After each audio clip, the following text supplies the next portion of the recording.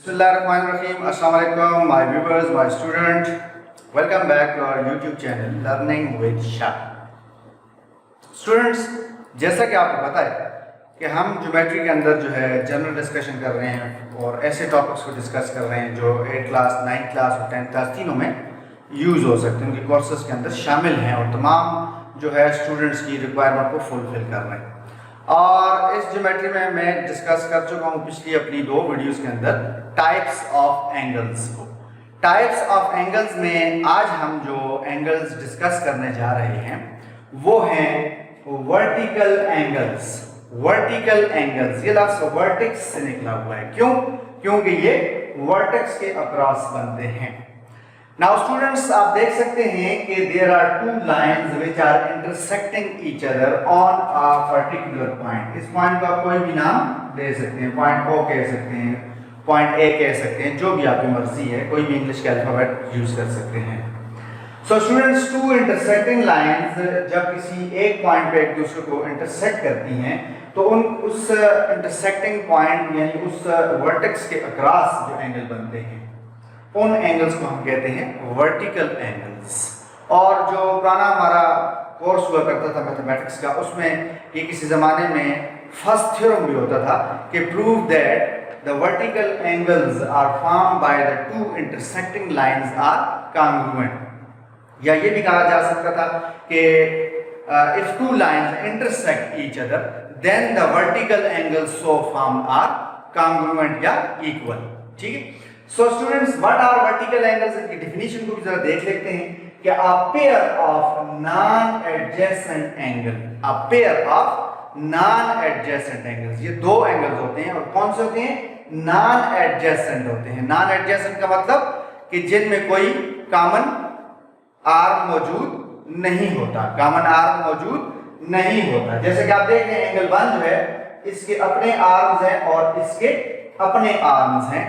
सो angle 1 और 2 में कोई आर्म कॉमन नहीं है। हाँ, वर्टेक्स इनके अंदर कॉमन मौजूद है, लेकिन इन दोनों के अंदर जो है आर्म कोई कॉमन मौजूद नहीं है। So that's why angle 1 and 2 are a pair of non adjacent angles. और कहता है कि a pair of non adjacent angle form by only 2 intersecting lines. Only 2 intersecting lines. आप देख सकते हैं मैंने ग्रीन कलर्स में आपके पास 2 लाइंस शो की हैं। एक को मैं कह देता हूं लाइन ए बी और दूसरे को मैं कह देता हूं line C D. So line A B and line C D both are intersecting each other at point O and the angles जो वर्टेक्स के क्रॉस बन रहे हैं these are called vertical angles. So students, जैसा कि मैं आपको बता चुका कि ये एक थ्योरम था इस जमाने में कि 2 इंटरसेक्टिंग लाइन से बनने वाले जो वर्टिकल एंगल्स होते हैं वो कॉन्ग्रुएंट होते हैं। प्रूव्ड बात है, साबितशुदा बात है। सो दैट्स व्हाई मैंने लिखा angle 1 is equal to measure angle 1 is equal to measure angle 2। Angle 1 और एंगल 2 आपस में इक्वल हैं, ठीक है। And measure angle 3 is equal to measure angle 4। जो दूसरा मैंने रेड कलर से लिखा हुआ है, दूसरा जो पेयर है वर्टिकल एंगल्स का, वो भी आपस में क्या होते हैं? इक्वल एंड कॉन्ग्रुएंट होते हैं। सो स्टूडेंट्स, वर्टिकल एंगल्स के बाद हम डिस्कस कर रहे हैं alternate angles. Alternate angles when 2 lines crossed by another line। when 2 lines, आप देख सकते हैं 2 पैरेलल लाइंस मैंने ड्रॉ की हैं ग्रीन कलर में, and these 2 lines are crossed by a transversal, crossed by another line। ये भी एक लाइन है, आप देख सकते हैं। मैं कह देता हूं दिस इज लाइन एल। आप किसी एक स्मॉल लेटर से भी लाइन को शो कर सकते हैं, लाइन एल, लाइन एम, इसको आप लाइन जो है पी कह सकते हैं, ठीक है। तो लाइन एल और M are 2 lines which are crossed by another line which is called transversal। इस लाइन को क्या कहते हैं? जो मैंने ब्लू कलर से ड्रॉ की है, this line is called transversal। The alternate interior angles are a pair of angles on the inner side। कहां पर होते हैं? इन दोनों लाइनों की इनर साइड, अंदर वाली साइड पर होते हैं। यानी इस लाइन के नीचे और इस लाइन के ऊपर अंदर वाली साइड पर जो एंगल लिखे हुए आपको नजर आ रहे हैं, these are called interior alternate angles। So on the inner side each of those 2 lines, इन दोनों के अंदर, but on the opposite side, कहां पर होते हैं? अपोजिट साइड पर होते हैं। क्रॉस में होते हैं, क्रॉस में, ट्रांसवर्सल के क्रॉस में। जैसे कि इस केस में आप देख सकते हैं कि एंगल 1 ए क्रॉस में है एंगल 2 के, सो angle 1 and angle 2 is a pair of alternate angle and this is also equal.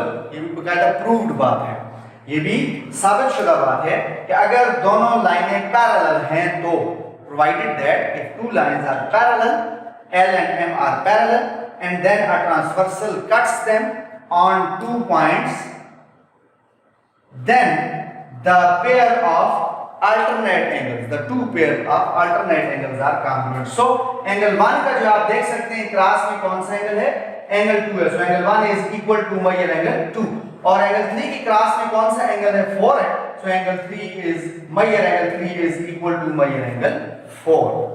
So this is two pairs, एक पेयर आ गया एंगल 1 और एंगल 2 का, और दूसरा पेयर आ गया एंगल 3 और एंगल 4 का. These angles are called alternate angles. ठीक हो गया students? Now the next type of angles we are going to discuss is corresponding angles. The corresponding angles, any pair of angles each of which, यहां पर भी बात क्या है, pair of angles है. So any pair of angles each of which is on the same side of one of the two lines cut by a transversal and on the same side of the transversal. अब देखिए students, आपके पास मैंने यहां पर भी दो line show की हुई है, line L and line M, और इनको एक लाइन P जो है ब्लू कलर वाली, यानी ग्रीन कलर वाली जो दो पैरेलल लाइंस हैं, इनको एक ब्लू कलर वाली लाइन जो क्या कर रही है, दो पॉइंट्स पे कट कर रही है.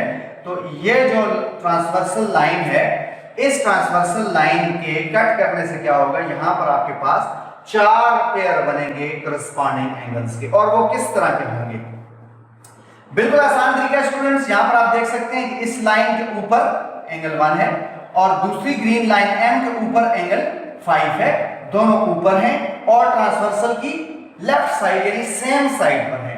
So angle 1 and angle 5 both are not only a pair of corresponding angle but also they are equal or congruent, बराबर भी हैं आपस में. ठीक है. सिमिलरली अगर हम देखें दूसरी तरफ, तो आप यहां पर देख सकते हैं एंगल 2 लाइन के ऊपर है, ग्रीन लाइन L के ऊपर है, यहां पर जो एंगल 6 है ये भी M लाइन के ऊपर है. दोनों में कॉमन बात क्या है कि दोनों लाइन के ऊपर है और ट्रांसवर्सल की सेम साइड पर है, लिहाजा एंगल 2 और एंगल 6 जो हैं, ये दूसरा पेयर है करस्पॉन्डिंग एंगल्स का. और न सिर्फ ये दूसरा पेयर है बल्कि ये corresponding angles are also congruent. ये भी एक प्रूव्ड बात है, साबित शुदा बात है. नाउ स्टूडेंट्स, लाइन के ऊपर वाली बात तो हो गई. अब हम बात करेंगे किसकी, लाइन से नीचे की. अब यहां पर आप देख सकते हैं कि एंगल 3 जो यहां पर आपको नजर आ रहा है, आप देख रहे हैं दिस एंगल. ठीक है. So angle 3 and angle 7 both are lying below both lines. L line के नीचे है और दूसरा एंगल 7 M लाइन के नीचे है और ट्रांसवर्सल की सेम साइड पर है. So this is the third pair of corresponding angle, and not only this is the third pair as well as they are equal or congruent. ठीक हो गया. अब यहां पर जो आपका चौथा और आखिरी पेयर है वो आप देख सकते हैं कि लाइन से नीचे है एंगल 4 और ये एंगल 8 की लाइन दूसरी लाइन से नीचे है और ट्रांसवर्सल की सेम साइड यानी on the right hand side हम कह सकते हैं, या राइट साइड पर है, सेम साइड पर है. So this pair is also called the corresponding pair of corresponding angle, fourth pair of corresponding angle, and this is also congruent. ठीक हो गया स्टूडेंट्स? I hope कि आपको these three important angles, the type of important angles जो हमने discuss की हैं, vertical angles and alternate angles and corresponding angles, these are used very frequently in the theorems. ठीक है. वहां पर ये एज अ स्टेप यूज होते हैं, as a proved statement, as a postulate के यूज होते हैं. और वहां पर स्टूडेंट्स जो है वो सोचते रह जाते हैं कि वर्टिकल एंगल कौन से होते हैं, अल्टरनेट एंगल्स कौन से होते हैं, करस्पॉन्डिंग एंगल कौन से होते हैं, वो उसी के अंदर फंसे रह जाते हैं. बाकी थ्योरम एक साइड पे रह जाता है. सो स्टूडेंट्स, आई होप कि आपको ये तीनों टाइप्स बहुत अच्छे तरीके से समझ आई होंगी. Please do subscribe to my channel learning with Shah, and मेरी वीडियो के ऊपर कमेंट भी दें और इसको लाइक भी करें। Thank you very much, take care, अल्लाह हाफिज़।